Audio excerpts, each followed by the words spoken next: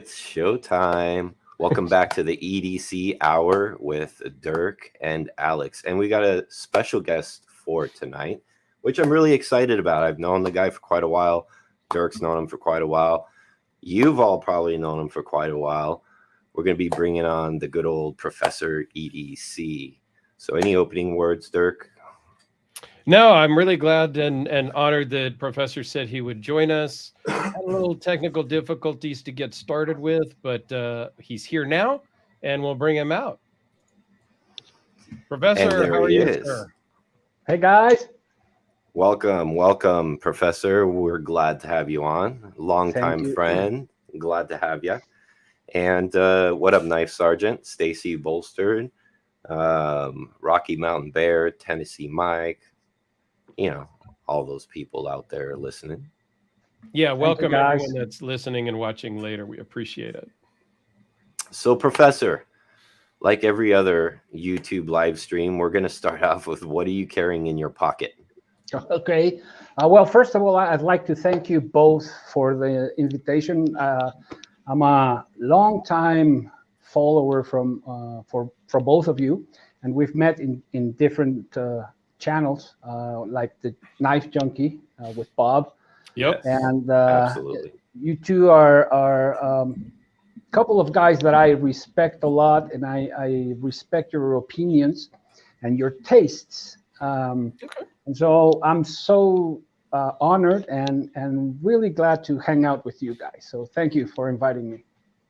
Well, no, thank you for coming. We greatly appreciate it. And you and I mean, yes, we've all known each other for a while, but you and I have some recent experience together because you bought a couple of knives from me.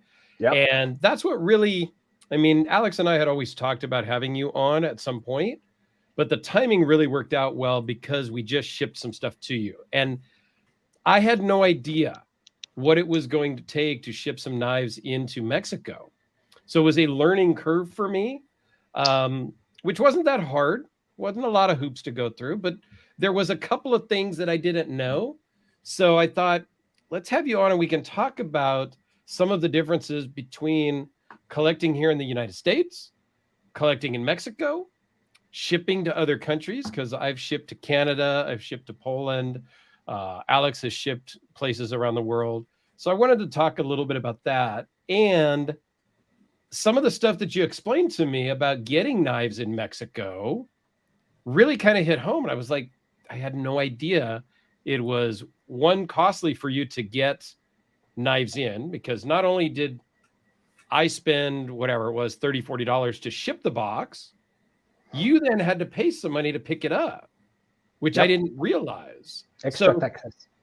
So we'll just turn it over to you for a minute to really talk about how that went, how it is for you to get knives in, to either buy, to review, you know, whatnot. Because I think it's an interesting topic that we all take for granted, I think, here in the United States. Well, we have to start first with, I love it. I freaking love it. I'm glad you like it. I'm freaking loving this thing. I always worry when I sell a knife, and it's super exciting for me personally when I either get an email saying, hey, I got the box, it's awesome, I love it, and usually they'll send some pictures, hopefully. But you did a whole unboxing video that I was very honored about, and I could tell the excitement in your voice as I listened and watched. Even the fact that you did it like English and Spanish, it was super cool for me. That was more exciting than anything, was just watching your unboxing. I had to do it. I mean, it's something that I personally appreciate a lot whenever someone helps us or lends me a hand in that sense. It's difficult to get good knives here because of many reasons. It's not safe. You know, there's the custom people, and there we find some trouble. But before getting to customs, prices, okay? So it's not the same first world countries to third world countries. Let's remember, Mexico, it's a third world country. And so prices here, you know, you can find knives in the market here that go for twice triple price. So you want to buy a Sabenza, it's going to cost you a whole lot more. You know, you want to buy a Benchmade, it's going to cost you a whole lot more. And then you have companies, for example, like Benchmade. Benchmade doesn't has an agreement not to ship to, particularly to Mexico, and then they're supposed to move their knives through distributors, and which we don't have here. There's never been a distributor here, and will never be a distributor here. Well, Same as an goes- owner of multiple Benchmades, I can tell you're not missing out on too much. And I know, well, No, I'm just kidding. They're great knives. They're great that's knives, another but- topic. Yeah, Right. no, but I mean, why is the question? And the other question is, I just don't know. It's so close, right? Like, is it the same in Canada too? Do they have a hard time getting Benchmades up there? And maybe it's just for the mere fact, hey, what's up? Look who's in the house, Mr. Caleb Hey! Blades. What's up, bro? Welcome. But yeah, is it exclusive to Mexico, or is it other countries too that struggle with the Benchmade product? Do you know? See, Edwin is another person who has helped me, and he sent me a couple of Emerson knives. And see, it's the same. Another thing with Emerson. Emerson canceled shippings and even blocked the webpage for Mexicans to see. Oh, you can't even go to the website. No. And I didn't know that. it's Did you know that, Dirk? I didn't know. I had a kind of a not a discussion, but a difference with the people from Emerson, because I at first I did not understand, and I did not like how the message appeared that people from your country are not allowed to see our page, and I did not like how that was expressed, because when a company as big and respectable as that sends out a message like that, then it opens the door for other people to misbehave and discriminate. And this is something I've seen in the past, and that I have lived in the past before. I mean, trying to buy a Hinderer, trying to buy a Strider, I came across pretty, how can I put it? Yeah, I remember you not talking nice about people. the Hinderer issue maybe a year-ish ago, 18 months ago, maybe something like that. I remember you talking about that on a couple different videos and stuff like that. And sadly, I had just sold my Hinderer at the time, or I would have sent it right to you. But, and we did talk about it, and then you ended up finding one somehow, some way. But yeah, that's crazy that they actually block a website so that you can't even see it in. Well, I don't Mexico. find that crazy, but I find that crazy that Mexico is one of those countries, because they're not necessarily a threat to national security, right? It's not like Russia right now or something like that. I Depends totally on who you understand. talk to, and we're not going to get into all the politics, but depends on who you talk to, right? I guess so. Whatever. Yeah. Well, I do understand, and as an entrepreneur and what they were facing, the trouble that they were facing, and I also understand how a lot of people here in Mexico work, and they're not honest people. I unfortunately have to say that. So it's not easy to trust just anyone here. Maybe Benchmade just doesn't want to provide infidels to the infidel. Oh, boy. Excuse me for one quick second. Professor, is that a damn kendo sword on the back of your wall? Is that a wooden kendo sword, or what is that? Yeah. Yeah, that's I whittled that. I did Oh, that. no crap. Really? And Yeah. and what about like over a little bit to the side back there? There's some Over like, there? really yeah. What are those stabby things you got going Those on over are there? two ancient African swords, and they are made out of wood. Okay, where'd you acquire those? In an antiquary? Can you grab one off the wall Sure. and show us? I mean, I am absolutely. Now, this is the kind of shit, Dirk, that we don't usually get on the channel. We Well, need like exactly. That's we why need, we we like want to to look at have all the knives, and when I see something like that hanging on the wall, I can't pass up an opportunity. We've got to see this. This looks like some headhunter shit. Look at that. Hold on, let's see if we can make you bigger. I gotta figure out how to do that here. I think I That's can what she move these said. over and then go like that. Okay, There you and go. yeah, There you dude, go. explain, please, because I am fascinated right now. Well, these are supposedly wooden swords, and they come from Africa.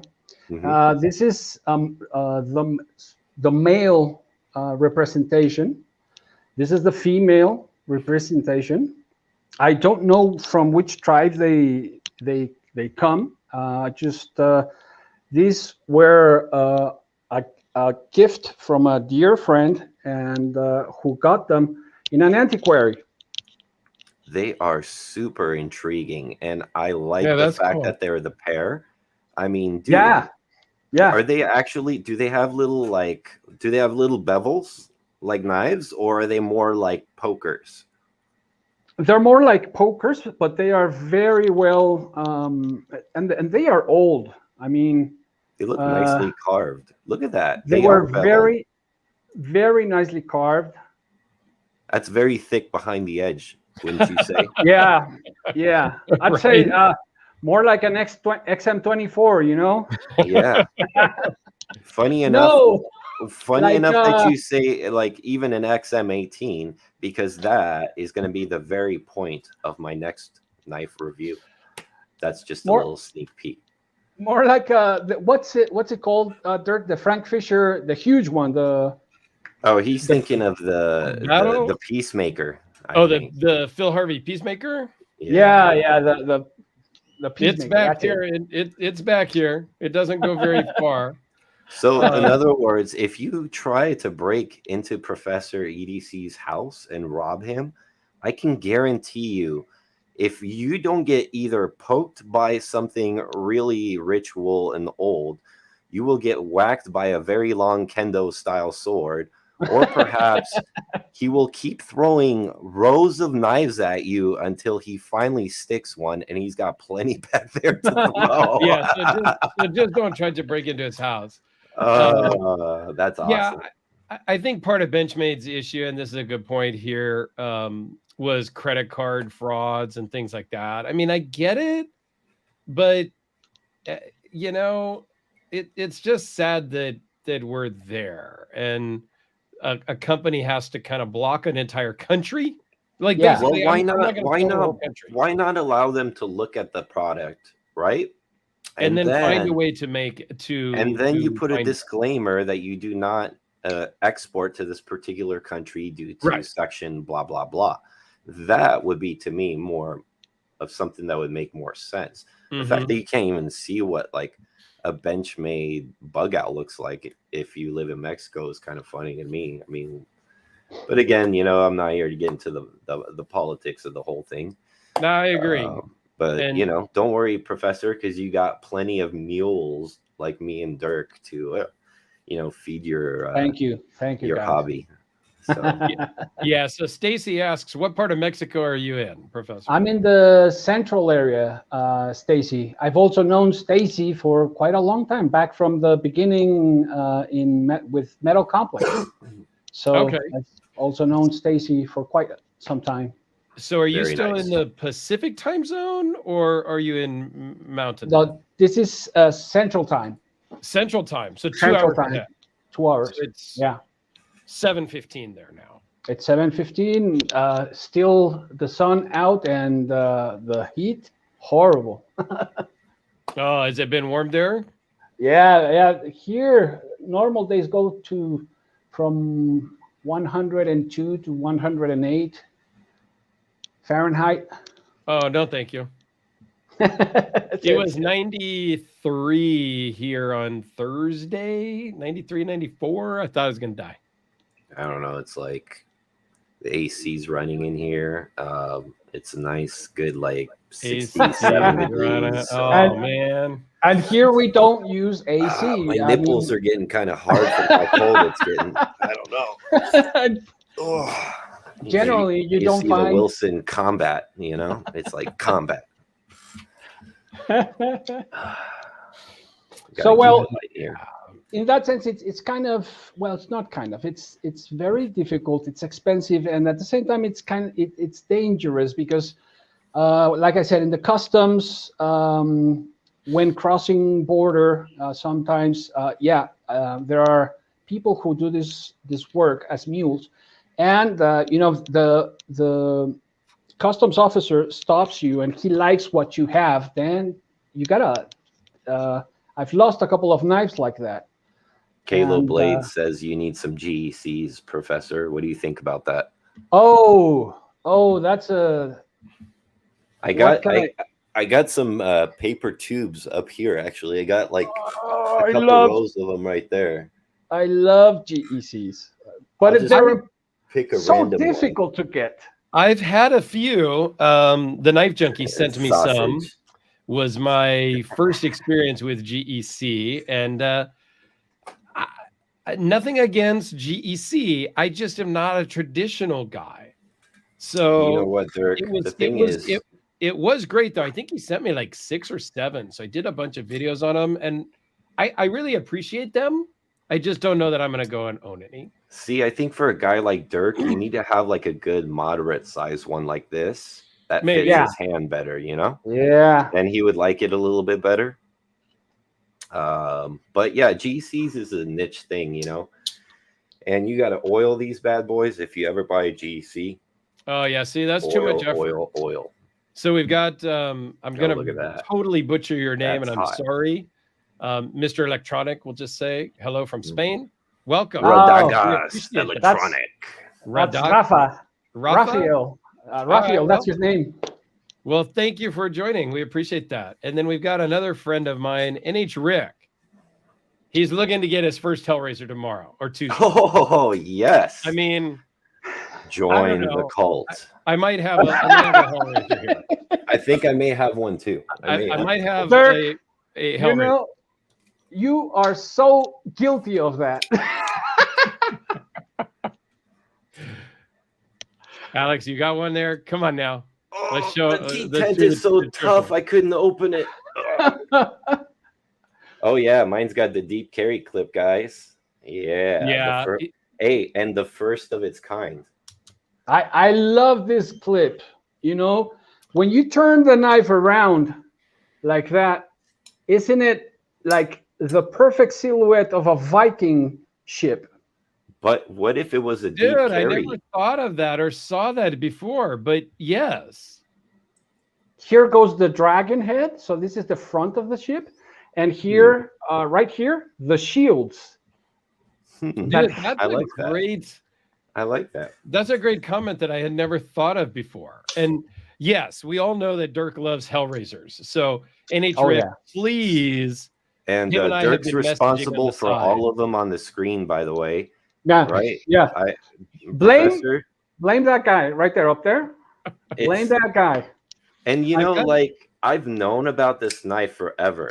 Like, I've seen these around and all this good stuff, and I never got around to buying one, and I just couldn't do it. It was too polarizing of a design for me. And then Dirk sent me his production. You this one. Yes. I sent you this one to check out. This is the one I bought watching Jim Skelton's video. I paused his video. I went and I ordered it, and I came back and finished his video, hoping that at the end of the video he didn't say it's a piece of junk, don't buy it. And I had a problem, and I had a problem with the holes. I didn't want holes on mine, so I got the one without the holes. But I had to go mid-tech to do that because the production one doesn't have that. So, but no holes on the clip, no holes on the blade. Dude, we got kind of like the way I like it. Jeevan's in the house. Welcome.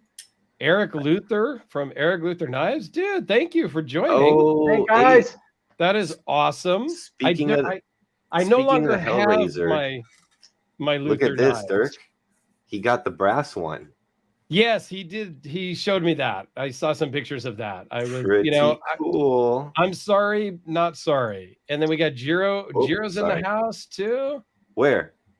Jiro. Oh, yes. So yeah, and because of this Hellraiser here, it escalated. Yes. I have a G10 one with double thumb studs that might be going to somebody here soon. Oh, and yeah. Then, I'll put that in the box, by the way. And then I ended up with a custom. I love that. And which I reviewed. A flipper custom. Oh my God. And I ended up with Jim Skelton's original custom that is out at Therapeutic Edges channel right now. But I would like to pause for a quick second and show you guys what I think is the better and the best Red Horse Knife Works model. And I'm not going to argue with you either because I've seen that one too. And I won't. Oh, come on! Don't tell me that. I'll let us. It's not available right now. And it's not available right now because I think actually I left it in my car. Now I think. Man! Oh, come on! But I do carry it. It's the chopper. Red Horse Knife Works chopper. I've seen it. I've seen it. It's a great knife, and I really like that. And I've seen one of the custom choppers online before for about $2,000, and I was super tempted. But right now, I'll be honest, Ed and I, Ed, the owner and maker at Red Horse Knife Works, are working on another custom Hellraiser right now. Yes. Oh my God. And it will be the last custom Hellraiser that he's going to make. So we're kind of spending some time to figure out all of the options and all of the stuff, and we're trying to make it fun. And we don't have all the details. Chopper. There's going to be some red in it. There's going to be some black in it. There might be some Sanmai in it. There might be some Zerk in it. Like we're still bouncing. That sounds like a gender neutral knife. If I've ever heard of it. It could be. I mean, it's going to be something pretty cool. And I do have some. We talked about this, I think, maybe on the last live VC Edge interface. I am very excited to see that. I just got an email yesterday, was it? I sent it to you, Alex. I think it was yesterday. Yeah. I tried to wait until later in the day to send it to you because I knew you were at Disneyland with your daughter. And so I didn't want to bother you during the day at Disneyland, but I had to share pretty soon. And so Jason from VC Edge has finished my custom. Is it a custom? Because they're all customs. So it would be like a one-off custom. A one-off custom because it's got some exotic material in it. Yes. So that's finished, and he's finishing this weekend my standard custom because I bought two from him. Yes. And so I will have two interfaces here shortly, and then we will have Jason, the owner, on the live stream once I get them. And I think he's slightly entertaining building something for me, maybe. So we'll see. Oh, have you talked to him? A little bit. Okay. Awesome. And now he lives in driving distance. So if I need to drive down to Palmdale when I go see my parents and he's actually in driving distance for me too. Like I could be in Palmdale in like 6 hours. I could be there in like 60 minutes. Yeah. So Nav Sergeant says that Red Horse has kitchen knives. I heard about this. I haven't seen How those. come I haven't even heard of this? What? You didn't knew that? I thought you knew that. Why is Ed keeping secrets from me? Ed, if you're watching this, I know you watch all of my videos, right? I think you two guys are the only guys that watch all of my videos. But I'll have to reach out to Ed and find out about these chef knives because that's intriguing to me. But that's the thing about Ed. He doesn't go and tell much. It just kind of like pops up on It just pops up. Instagram. Like he's kind of sloppy with the way he like kind of posts and release stuff. It's like, oh yeah, guys, check this out. There's like 3 of them. They're available. But And there's then an advantage. There's an and then you advantage see the post into a that, couple right? days later, and you're like, oh come on, man! Like, why didn't you let me know? Yeah, but that's how you're able to get it, because if not, they might just fly when the drop comes. There's so many knives, guys, that I've decided this years ago that I don't get mad when I lose out on drops, because if you lose this drop, there's dude, it'll only take you like 20 minutes to internet search or Instagram search another maker you might like and say, See, but that's the advantage of being in the first world, Alex. Well, I have first world problems too, so you know what? That's my thing. I live in LA. I could get shot walking outside my door. Right. So let's shift gears one little bit. And Alex, I know you're into watches. Oh, Professor, yes. Are you into watches at all or no? No, you can't. I think I told you that, right? I do like watches. Before we shift gears, though, I want to see what Dirk was carrying today. Well, I did some yard work this morning. Okay. And I didn't bring it here on the table. I have other things here on the table that I do want to talk about. But which one was that one? The one that I carried this morning when I did some yard work was the Todd Fisher Archangel. Oh, yes. Oh, that's a beautiful one. Yes. Oh, it's gorgeous. So, like sometimes that is the thing. You could have like all kinds of stuff to like mess around with.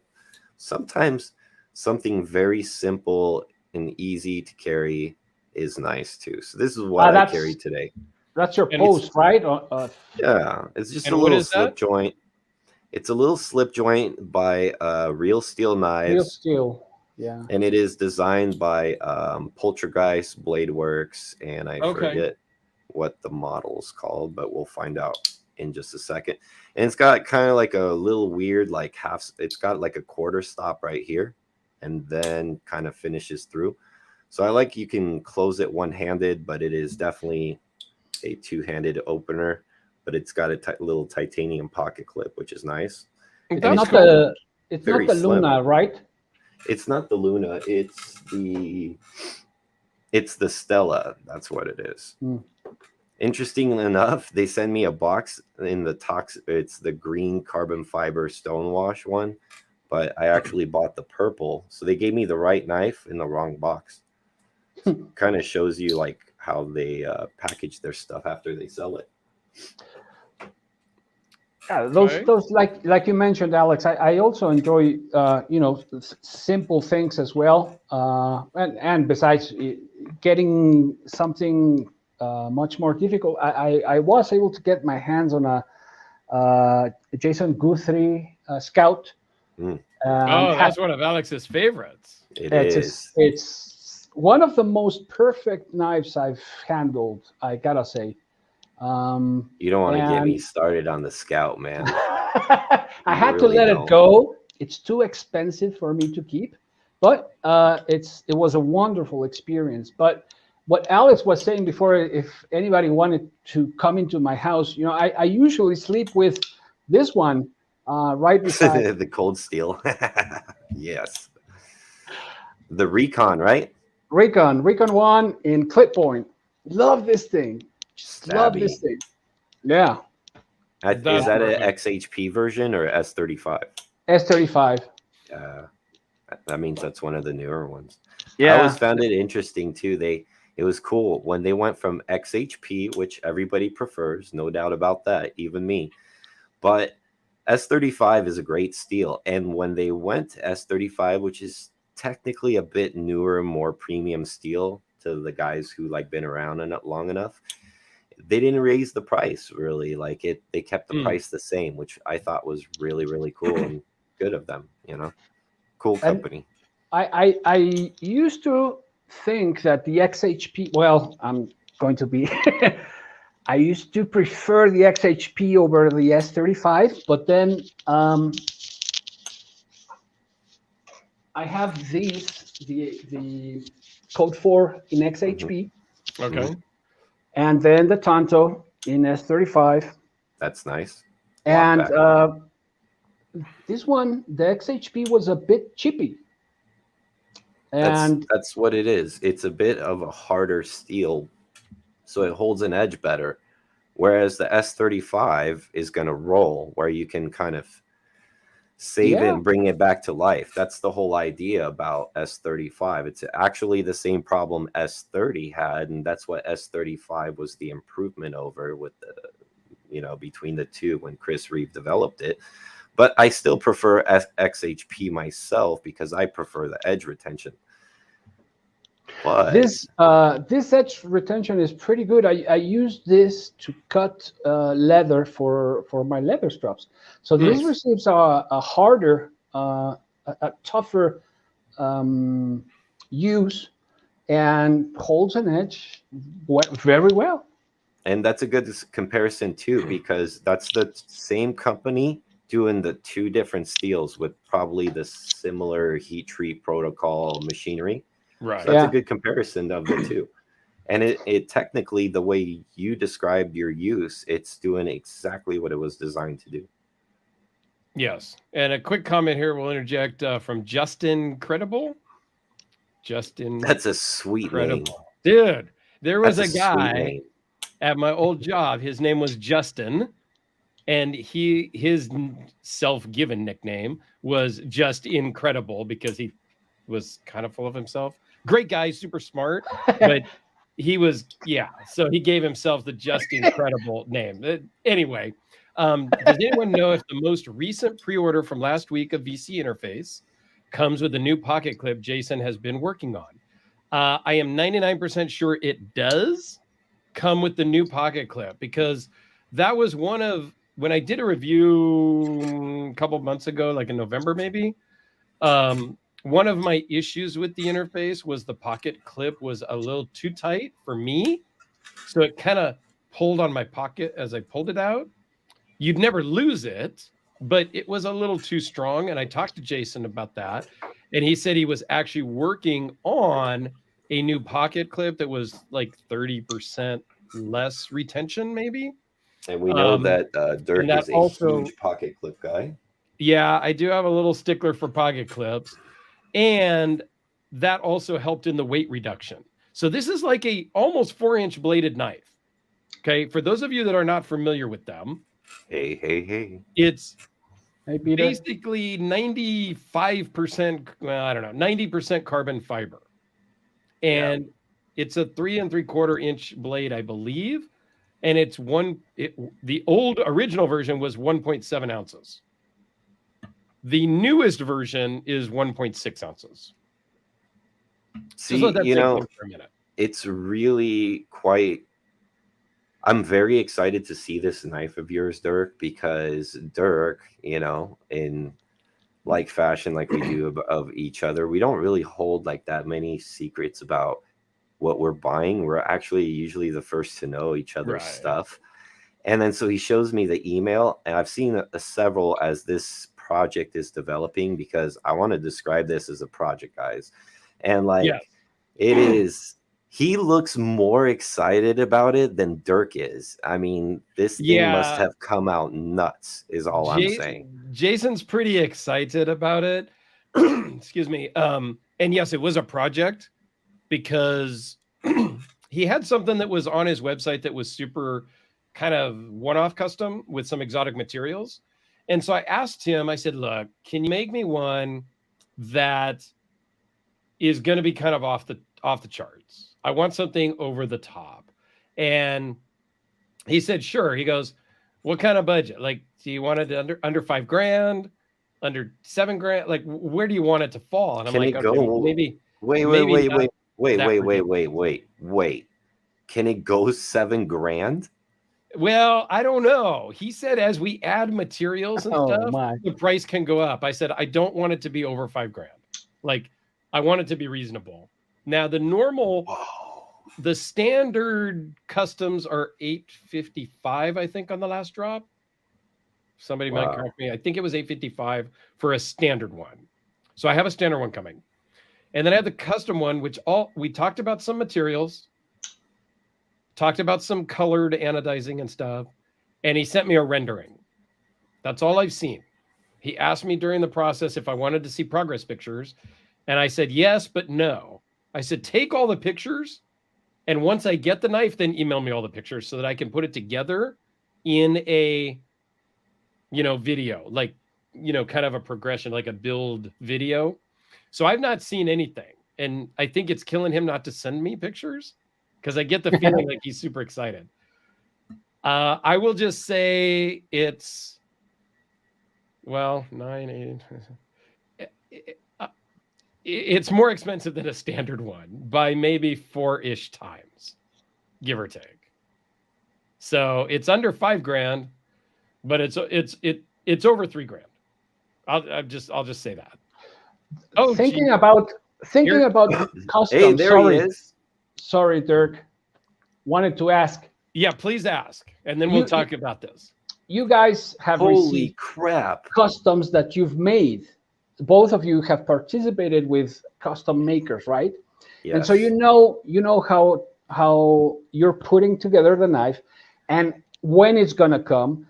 And does it take any excitement out of the equation in that sense, in comparison when something new arrives that you have no expectations, and what happens when you receive I don't know if I'm explaining myself.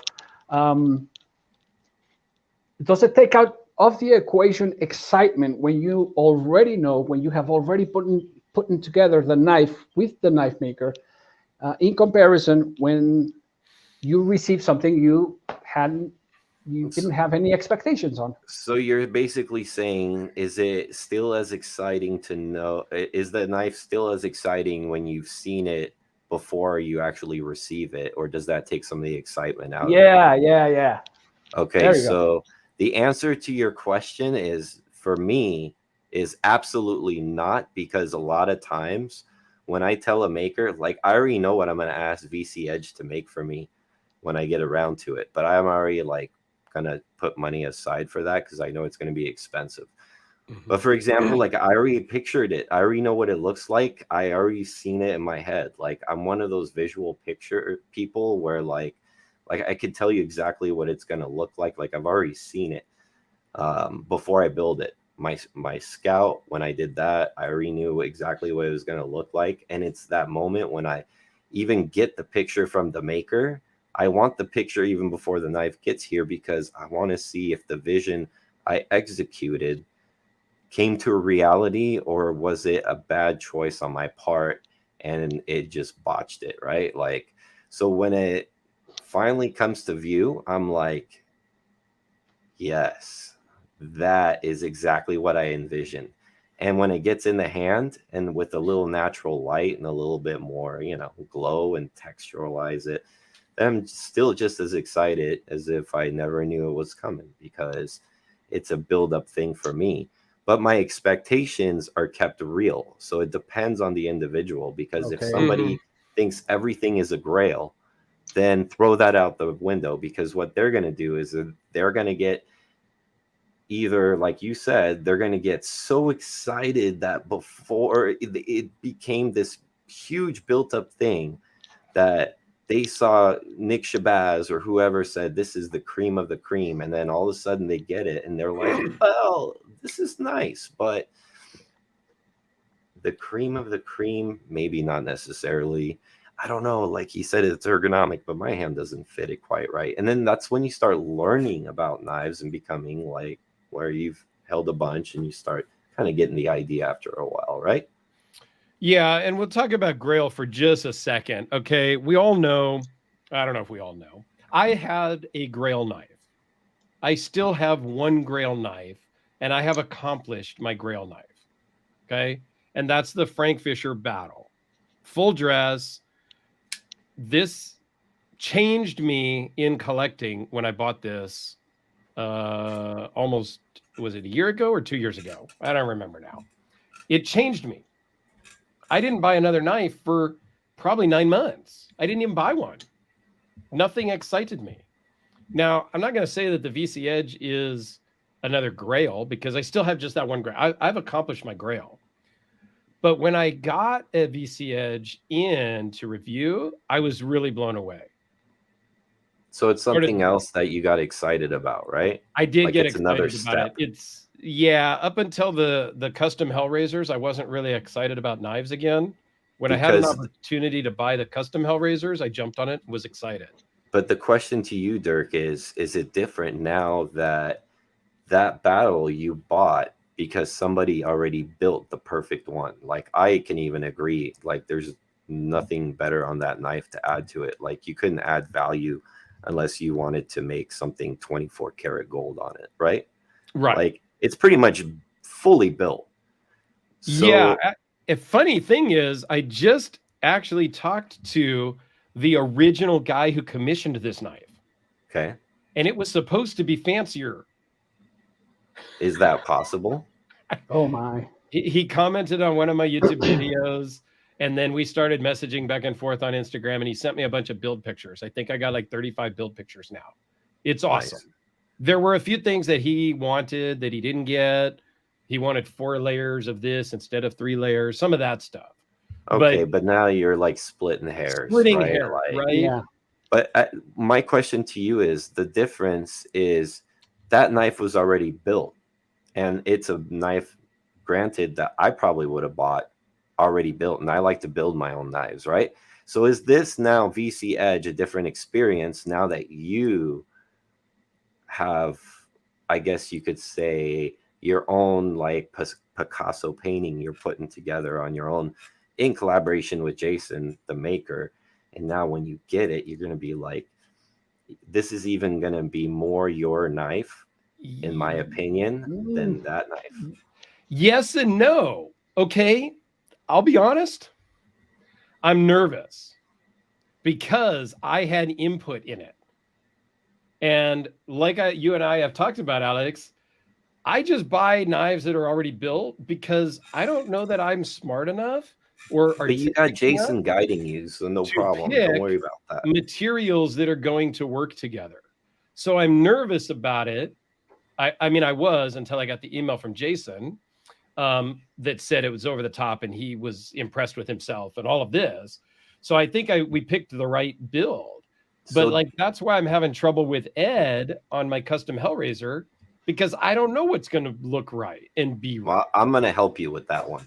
I want to help you with that one. Well, and you've helped a little bit, but so Jason, the owner of VC Edge, is in the chat, and he goes, yeah, the pre-order knives are coming with the new clips. So that's cool. And a bunch of other little design improvements. My regular one will be the latest. So you guys all get to see that. And yes, if you want an interface for 10 grand, he can build you one. That was, by the way, the holy shit. I don't have Tourette syndrome. I saw that post and I'm like, 10K, holy shit. Now, I'm just going to throw it out there. If somebody contacts Jason and builds a $10,000 interface, I'm going to be pissed because it's more expensive than mine. And that's going to irritate me. And 2, you better send it to me first so I can do a video on it, because I'm just calling dibs on doing a video. You know what I was thinking is, so Jason is like into the aerospace stuff, and he's out there in like that Palmdale, Lancaster area where Edwards Air Force Base is, right? So I'm guessing that what he's acquiring is wrecked materials from the Roswell UFO crash, that material that they bend, and then like it just goes back to shape all by itself. Right. And that's going to be your 10 grand interface where the edge just magically reappears all by itself. It sharpens itself. It's like self-sharpening. Therapeutic Edge says, you guys roll in a world I can only pretend to understand. I mean, I love it, but whoa. So I think. Well, don't get me wrong. Don't get me caught up in dirt. This way. Don't get me caught up with Dirk, because I'm not in that world either. Like I'm like a baller on a Burger King budget. You get what I'm saying? But I think it's very important. I mean, what we're talking about is something that I truly appreciate, and I tell people here in Mexico. The knife world here in Mexico is fairly new, and so I always tell them, damn it, to watch and listen to people who know, even though we might not be able to afford something, but we'll be learning something from that person and from those type of knives. And so I was chatting with Alchemy One a few hours ago. Clint, Great reviewer, by the way. he's Great awesome. He's reviewer. awesome. And he's we went kind of through a similar process where we got like swamped and kind of started seeing the same tendencies and stuff, and it kind of lowers the emotion in the knife world. And then something for example, something very simple in my case comes in and surprises me. That's why I asked you guys that question. This Kubi, I don't remember the model, just came in. That's cool. And I've freaking loved it. I mean, the ergos, just the blade shape, titanium. Don't like so much that it's AUS 10, but okay. And the action is amazing. Yep. I mean, you know what? There's no doubt, Professor, that there's knives out there at a great price, that offer the same level of performance at knives at a very much higher scale. And I have plenty, of like Bokers and Kershaws and things like that I really enjoy. My little copper Natrix is like only like $50, right? Things like that. But I kind of like, it just has to be like, price has kind of gone out the window when I buy stuff now. Like it could be expensive or cheap. It's just got to be cool. Yeah. I don't care about price anymore. It's just got to be cool. That's how this evolves, because taste is something that evolves.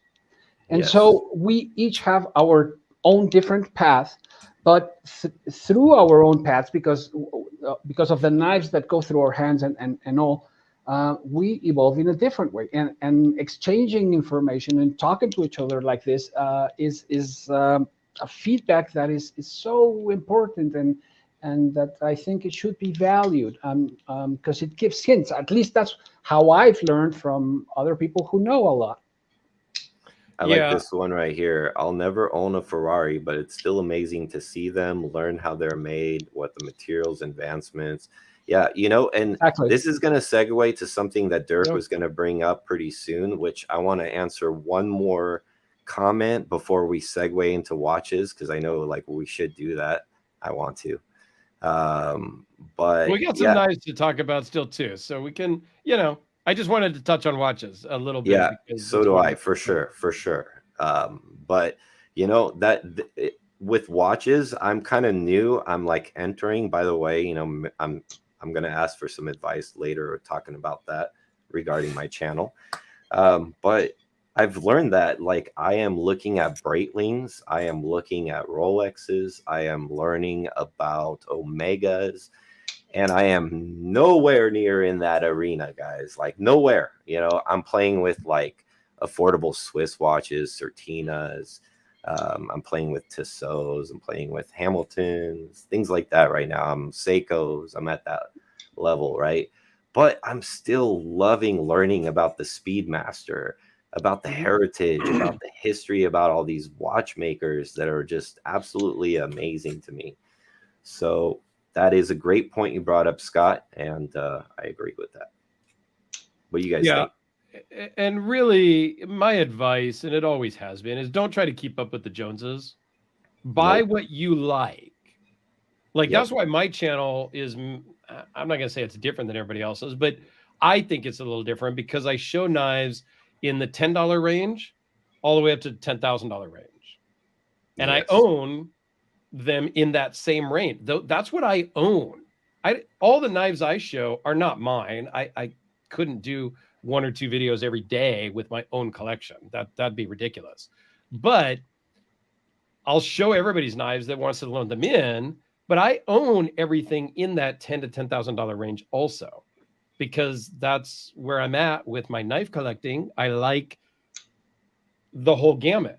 And same with watches. I own Casio World Timers that Alex has that are $10, $15. And I have Rolex and Omega also that are up in that 10,000 range. So I have, actually, now that I think about it, I have watches in the $10 to $10,000 range also. So buy what you can afford. Don't compare yourself to anybody else. Doesn't mean anybody's better or worse. And if people give you crap about it, then let me know and we'll tell them off. Because in our knife community, we should be supporting each other, not saying, oh my God, you've got a Kershaw. I've got a I think me and Dirk are a good example, because me and Dirk are so far in different spectrums, and we collect such similar but kind of different things, because, you know, everybody's got their own price level and things that they do. And me and Dirk, like, I bought a really cool French Yema skin diver. That's a remake of a 63 classic diver. So, like, I'm throwing him that, and I'm like, oh, that's like my, you know, almost grail-ish watch, because I've been staring at that thing for 8 months, and I'm like, it's too expensive. It's too expensive. It's too expensive. And I bought it finally. And when I got it, I was like, it was like the box opened and like sun rays came out and stuff. I had that experience with that piece, right? But then like Dirk's like, dude, check out my ceramic case Omega, and I'm putting a new bid on a Rolex. And I can have those conversations with Dirk as he can with me on like whether it's a $1,200 watch or $8,000 watch. Like him and I are like feeding and learning off of each other with knives and things like that. Like, and that's the way the hobby should be enjoyed. Whether you're at the same level or completely opposite spectrums, we can all get along and have a good time. Totally agree. That's what I'm saying. So Tennessee Mike likes your what is it, the Yema, whatever it was, which is cool. Oh yeah. And is that the watch you showed me the other day, Alex? With the reptile bracelet. Oh, that's sweet. That's sweet. That bracelet is awesome. And Michael Morgan, the reason why there's two streams, like we're streaming on the EDC Hour channel and on my channel. And then at some point we'll stream on Alex's as well. Like the reason why we started the EDC Hour channel was because I didn't realize that StreamYard, I could have just initially streamed to me and Alex at the same time. But we didn't want to go back and forth. This week on mine, next week on his, back and forth. So we just made one. But then now I realized that I can stream to multiple channels at the same time, because building a new channel is a pain in the butt. Trying to get subscribers. It's not monetized for a long time. Like all these negatives with starting the EDC Hour channel. So now that we can stream to both, eventually we'll just stream to me and Alex and EDC. Just why not? Just with that. But this way, it just is counting towards the views on my channel today, and then Alex's next time. You know, it's a whole thing. I don't care about views, obviously. I care a little bit. I don't really care. I've been at like 1,700 subscribers for like a cool like 6 months, probably, just not gaining any popularity. But I barely post. I am got the worst algorithm, whatever it is, possible. So, you know, it is my fault, but not my fault. So Dark Gravity's not interested in cows. He likes knives and watches. Okay. I don't really care about cows either. I like cows. I mean, I don't have a problem with cows, but they make the leather for my straps. And I've been and I've been into watches now a couple of years. They make the steaks that go in my belly. More into watches. Yep. So yes, very, very cool. You know, I agree with all that. And what are some of those other knife topics you had, Dirk? Well, so beauty's in the eye of the beholder. And I'm not going to spoil it, but I have a video tomorrow coming out. And this is not really a shameless plug, but it's on the Rich Made knives. Oh no, not with me in the room, Dirk. Damn it. and it's brand new from the maker that a viewer sent in. and it's an interesting knife, and we won't ruin it all on this stream, but yeah. So watch the video that comes out tomorrow morning, because which side are you supposed to use? The top or the bottom? Or which side is the top? Which side is it? A serrated edge? That's right like now, a this hawk is bill? just like this Or is is that I think that's so you can wrap your hand around it. Oh, whoa, what is that thing poking out? But it's not quite poking But out it's far not enough. poking out enough to do any damage. So I don't know. Watch the video tomorrow, and because I want your guys' opinion.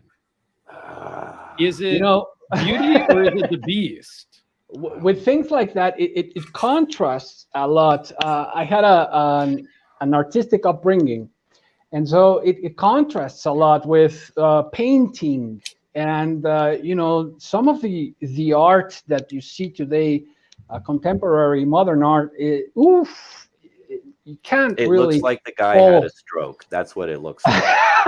Now, Rich Okay. Made Knives makes lot. We could be real here.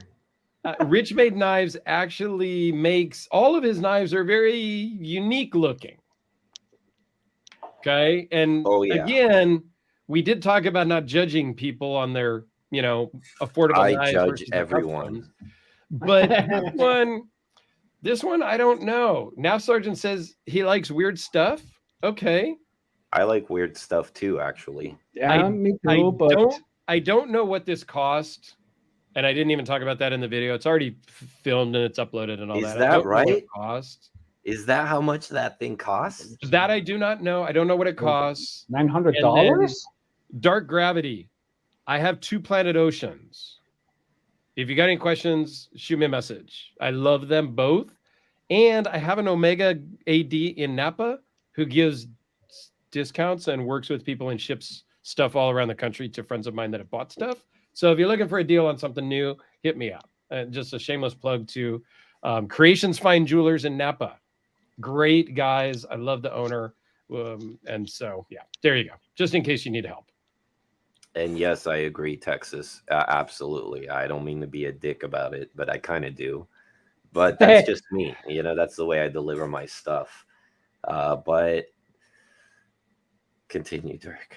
Yeah, it's like I said when I started my channel, I want to show all the knives. And sometimes that means I show stuff that I don't like. Oh, that's cool. That's cool. And I'm good with that. And I actually, that is something that I think I don't know if it's good or bad, but it differentiates my channel from others, because I've heard a lot of people say, I'm not going to review a knife that I don't like. Why would I show you a knife that I don't like? Well, for me, I want to show you guys a knife I don't like, because it forces me to really look at the knife and come up with real decisions and real answers as to why I don't like it. Yeah. Keep on learning. And just because I don't like it doesn't mean Alex won't like it either, or Professor EDC might love it even though I don't like it. And that's okay. A lot of people don't like roller. If I don't like it, it's not okay. And it's a lot, like this one. It's surprising to think this, but there's people that don't like the Hellraiser. I was one of them. Okay, I definitely was one of them. When I first posted the unboxing of the battle, I got a comment that was the ugliest knife they'd ever seen. Oh my God. So yeah, everybody, it's beauty's in the eye of the beholder. There's a knife for everybody. Yes. Yeah, but there's a trained eye also. Yes. See, no. Now, see, Professor's hitting on something you and I had a conversation on the other night over text. Which one? The one where I said, how far does it have to go before a knife is just genuinely ugly, or if it's eye of the beholder? Is there such a thing that's truly ugly? Subjectively, yes. Objectively, but somebody's going to like it. Somebody's going to like it, and that's okay, right? I mean, of course it's okay. Yeah. But when for example, when fixing a price, and you're fixing a price on a Picasso, and that Picasso, sells for 20 million, and you can understand that. But then a Montoya, you might, who's Montoya? But and you he's can praised, still, and you could still be like a food critic. That's why we have critics and we have these channels, is because we also get to express our opinions on it and be subjective ourselves. As a matter of fact, I think if you're only a fact-based channel, you're boring, in my opinion. I think agree. everybody should have. I want to know why you bought that. I want to know why you like it. I don't want you to tell me specs all over the screen and tell me it's this long. Like, I can kind of like figure that out by going to the manufacturer's website or Googling it. But that's going to be the reason why I stick around on your video, is because you're going to tell me how that knife or object makes you feel and why you spent your hard-earned money on it. Agreed. And Nav Sergeant makes a good point here. The reason he doesn't review knives he doesn't like, because nobody's lending him knives. Very few people are lending him knives, so he would have to buy them. So if he doesn't like it, he's not going to buy it. I totally get that. Yeah. And that's Nav, my I have to style do the too, same. actually. If I have to do the same. If there's anything you want to borrow of mine, Nav, just let me know. I think we've loaned a couple things, but if you want some more stuff, just let me know. If you need more Dude, stuff, I've known know, Matt forever, and he's never asked me for anything, but he's right there in Vegas. I'd send him tons of crap too. I'll send you anything you want. Like, a Therapeutic Edge has 5 of my customs right now. When he's done, I can send them to you if you want. See, for example, Dirk, this is one I would have never bought. Yeah, it's interesting. I love the damn thing. It's fantastic. It's dangerous. That looks like that could give someone a very good Colombian necktie. If I don't move this portion of my hand, it would chop it off. But it's I love it. I mean, it's fantastic. Really, thank you. That looks like an assassin's knife. You're if you ask welcome. me. Now, Scott says, maybe I don't like the one knife, but there could be plenty of others I might. They represent the hard work of the person who makes it, but also those that afford them too.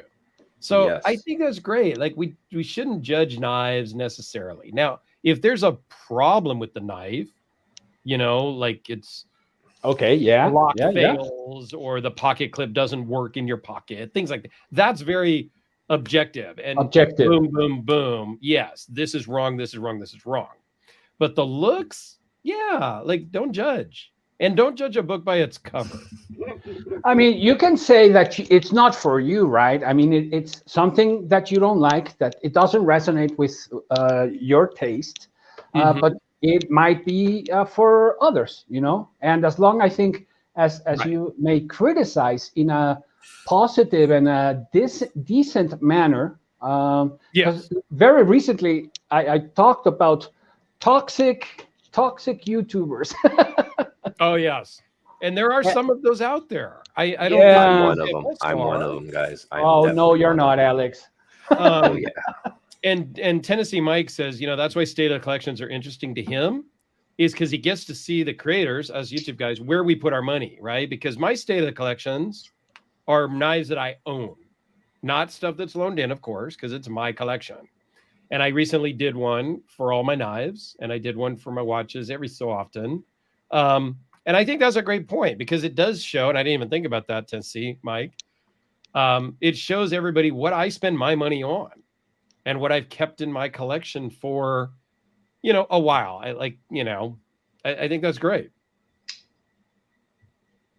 I like that. Detroit Spartan joining us, one of my very good watch friends. I'm going to see him in Michigan next month in May. What's up, Detroit? So that will be very cool. I'm getting sucked into you watch people like you don't even know. I don't know. Someone started showing me ugly knives. I might have to unsub. I'm watching so I can know where to spend my hard-earned money.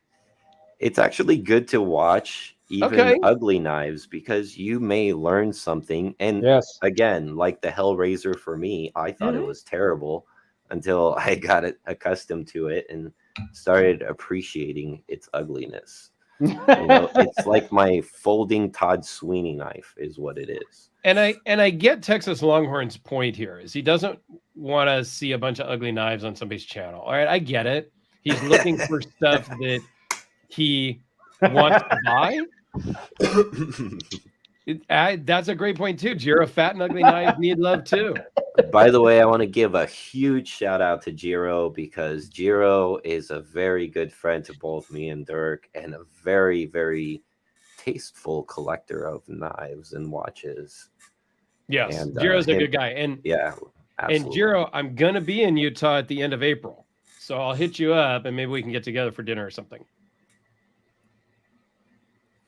Well, trying new knives is also, like you were saying, it's so important. That's how I managed to happen to me like it happened to Dirk. I was watching Dirk's video on the Hellraiser, and I paused it, and I went over to Jim Skelton, and I watched Jim Skelton's video, went back to Dirk, finished watching the video, and ordered the Hellraiser that same moment.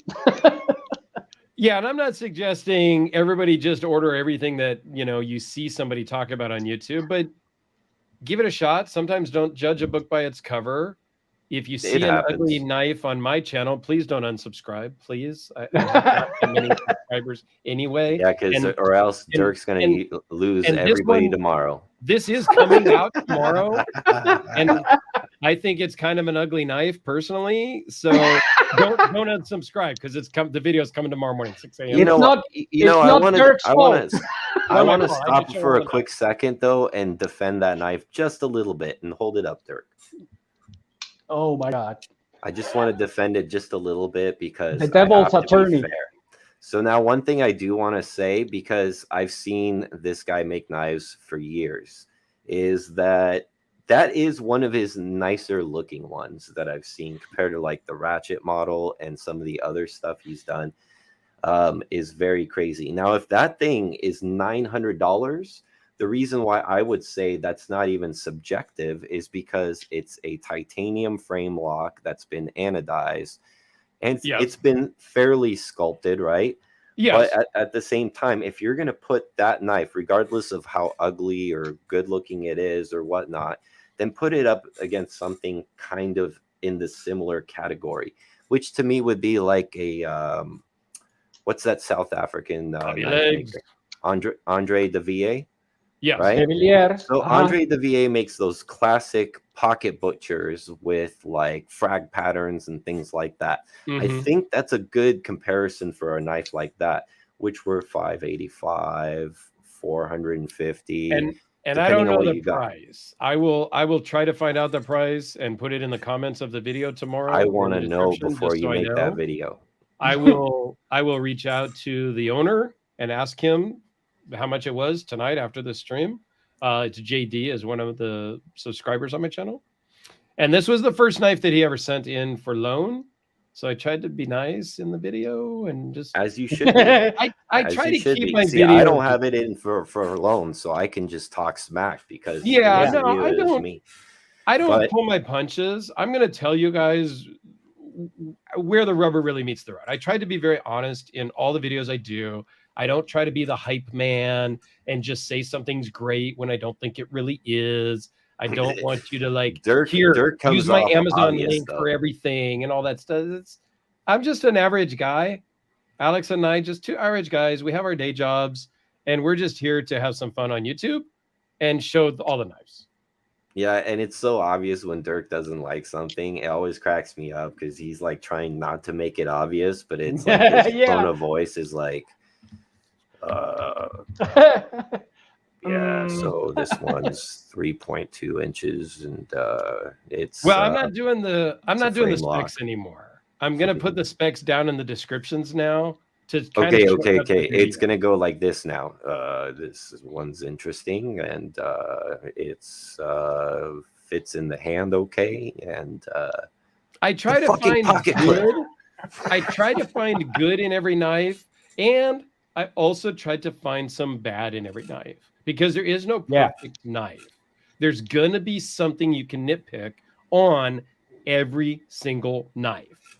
There's Yeah, but gonna there's be. knives I don't feel like nitpicking because it's such a good overall package. I There's, agree with that too. Yeah. There's oftentimes no need to nitpick, like the Frank Fisher battle. There's nothing to really nitpick. I wish the action was a little bit more, not drop shut, but I wish the action was maybe a little bit freer closing. But the original owner didn't want that, so it was built in a specific manner, which is fine. Like, I'm good with that. But yeah, I try not to nitpick, but I do try to find good and bad in most videos just to kind of keep it more real. It's really what I try I like it. And I'm not as artsy and edity as my co-founder there, Alex, who edits and puts in the magic smoke and special effects. And I don't do none of that, guys. You just get straight stuff. That's so difficult. I am so excited because I'm going to tell why everybody in the Hinder crown was wrong about the XM18 and why the Fire Tac is a better knife. The Fire Tac is actually, I saw one of those once a long time ago when they first came out. Somebody, one of my sponsors loaned me in. Dude, it was all I could do not to buy it because I thought it was that cool. But I want to take. I didn't have the money. It was good. Dark Gravity with an ADV comment. Yeah, true. the South African knives. Your buck goes way further. Your money goes way farther, and I've talked about that in all my South African knife videos. And that is the title of my next video, by the way. What? You're not wrong, Nav. See. I agree. It is probably the best Tinderer that I have handled, and I've been harassing Jiro to sell me his. I've owned a 24. I've done several XM18 videos in both the 3-inch and the 3.5. I even did one of their fixed blades, which I didn't even know they had, and I didn't know they had a slip joint until it came across my office. The new what is it? There's a new Fire Tac dropping soon, and it's the Spanto Fire Tac. It should be interesting. Hinder released that yesterday, I think, and it looks cool. I've also been looking for a Fire Tac since I spoke to Clint about it, because he was one of the first YouTubers to mention that the Fire Tac is a better knife than the XM18. Of course you did, Jiro. He's never going to sell you the one he has, and he got the new one also. There's Jiro's right here, actually. So this is going to be the subject. It's a full titanium one, so that's why I like this one. And then he put a nice little flame clip and tab on it to match up. It's CPM 20 CV. Look how it's cool knives for sure. The blade stock's actually very thin. It's a good knife. But I'm gonna leave the rest for the video because I wrote a nice script on that one. It's gonna be nice. Well, get on it. It's been what, 2-something weeks since you did a video. Yeah, but I've been busy. It's been my daughter's birthday. It's I got work. I got I'm a hobbyist. I'm not like a professional YouTuber like some of y'all. I don't know. That certainly ain't me. Yeah. Speaking of which, I actually have a question for both of you. Okay. So as Dirk knows, I've been dabbling heavily into watches. And I was wondering, would it be better for me to have 2 separate channels, the Knife Box and the Watch Box channel, or should I redo my name to be more appealing to both? And we'll throw that out to the 28 people that might be watching, I think. Yeah, everybody chime in. What do you guys think? New name or 2 channels? I think 2 channels is tough because you're starting over again. It is. But you've already started over once because you basically did that already once. I did. And me personally, I mix my watches in with my other videos, and over time, like out of my top 6 videos, most viewed videos, the top 6, 3 are knives and 3 are watches, and they're not really in that, like the top 3 are knives and the next 3. No, they're kind of mixed in. I think the top 2 are knives and then there's a watch, a knife, a watch, a knife type of thing. So I just mix it in together. I don't know what he's trying to say. Oh, he's saying just a new name. New name. I don't consider myself like a successful YouTuber. I'm just a teacher that likes knives and blades and knows how to use them. I've been criticized a lot for trying to maintain the channel bilingual. And people always tell me, why don't you separate and make 2 channels, at least here in Mexico? Here's the reason why I'm also thinking about this particular question, is because we all know that knife content has the potential to get shadow banned. As a matter of fact, I've suspected of my channel every once in a while to get not really viewed as much as usual, and then all of a sudden it spikes up, but who knows what that is. True, that's a good point. And then so watches is like never going to get shadow banned ever, because it's a timepiece. It's not, like what they would classify as a sharp thing. So that's kind of one of the reasons why I was thinking about doing a separate watch channel. And then the number 2 reason is because if finding one particular name to go with a box of I like it, Dark Gravity. Oh yeah. I'm not even gonna read that one. People can they'll see it when they watch the video later. But I would think actually it would be less enticing for a watch guy to click on a knife channel and watch a watch video, regardless of how good it is. I think your chances would be less than 50% greater to be clicked on. But I think also watches go together with knives and a whole bunch of, it's part of the EDC, isn't it? And it keeps like a diversity in the channel that sometimes, I don't look for watch channels. And yet when you or Dirk show upload a video of watches, I watch them without any problem. I mean, I enjoy the diversity. But you're a friend, right? Like you're somebody who knows us, so you're gonna say, well, I like watching their channel, so let me see what they're talking about with this watch, right? For example. But somebody who's never seen or heard of my channel and they see a watch on the Knife Box channel, they might say, and I really gotta have a really good type of thumbnail to even catch that. EDC box channel from Tennessee Mike. That sounds so I think maybe just rename the channel. Soft. I need something more hardcore. I think rename the channel and call it. Like what, Alex? Well, box of shit would be cool, but I don't think the watch box knife channel. I almost thought of watch and cut, but then it sounds a little like some of my friends like watch and carry. So I'm like, I don't want to use it. I like stuff. Watch and cut. But I was thinking of something to that effect. I like that. Sharpen on time. That's pretty cool. I like it. And then we've got something in Spanish here that I don't know what that means, but hey, whatever. Fabricio, ¿cómo estás? That actually means how's it going? Oh, okay. So it looks like most of you guys are leaning towards keep one channel, change the name. I believe that's kind of the consensus. I like the diversity in that sense. Yeah, I agree. Because we show different stuff. Like mine was easy because there you go, Detroit. Detroit for the win. What? I couldn't read it. Random Alex. Oh, and that not doing that one. From my watch friend.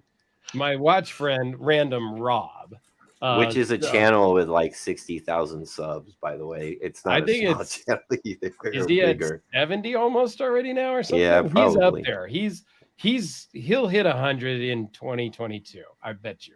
Yeah. Mark my words right now. He'll hit 100,000 subscribers in 2022. And so you guys show watches and blades, but also, some things, interesting things like this come up. Not bad. And it's fantastic. I never thought about collecting coins. And then again, it was Dirk who showed me the coin. you know, some stuff is just so silly that it's fun. And that's what we have. That's what this hobby is about. Whether it's knives, watches, pens, or writing instruments, as they're technically supposed to be called, coins, flashlights, all of that stuff, it should be fun. A little silly. Match it with your socks, because I'm into the goofy socks. So I try to match my socks sometimes. It's just about having fun. Pandora's knife books. Once you open it, that's a good one, Michael. I think there's some really good ideas here as far as the names. And well, you've all convinced me to do one channel. So. One channel, and maybe we can scroll through those comments later, and maybe pick or choose, or it'll spark your mind to something different. Oh my gosh! Look at this one, the rabbit hole. That's not bad. Edge of Time EDC. Man, you guys got some great ideas. That's a good one too. That's too proper though.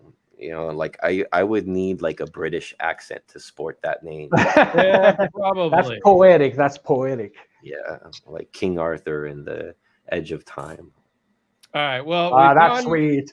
We've gone a little over, which is okay. That sounds like that's perverted. I don't like that one. Yeah. Yeah. Well, that was coming from Now Sergeant, so you got to take his stuff with a grain or two. That's my wife's nickname, but no, it's not. Oh boy! But... On that note, we should have before we all get banned. Yeah. Yeah. So thanks, guys, for watching, and here we'll end it here with Detroit Spartan. Detroit Spartan will get the last word here today. Okay. With Alex's EDC reviews. Not bad. Not bad. But yeah, thanks everyone. We greatly appreciate it. Professor EDC, thank you for joining us. I know it's a little bit later there for you. And I know it's later for some of these folks I know are on the East Coast. So we appreciate you guys watching as well. We'll be back for sure in 2 weeks. And we may have another guest. I don't know. We'll see how it goes. We may start to add in or ramp up some guests and videos, and I don't know. We'll see. We were on the every other week schedule, and maybe we'll up that every once in a while. Come in with like a random one. I had a blast, guys, and thank you for inviting me. Had a blast and enjoyed hanging with you guys. So thank you very much, and thanks for the help and Dirk. Anytime, and if you we'll have you back, need anything Professor. Shipped to you, I am more than willing to ship you anything. If you need to buy it here and ship it to me, just ask, and you can ship it right to me, and I'll ship it down to you, no problem at all. Alex, really appreciate it. Thing. So hey, it's not, thank you, not Professor. Thank you for coming by, man. Like I really had a good time. You know, you're always been there for a long time with me, and it's great to have you come and join us, and means a lot to me as well. Thank you, guys. I enjoyed it, and well, I'll keep on watching, and we'll be in contact, of course. Absolutely. Dirk. So stay on the line. Don't hang up just yet, Professor. We'll just end it for everybody else, and we'll chat for a minute. All right.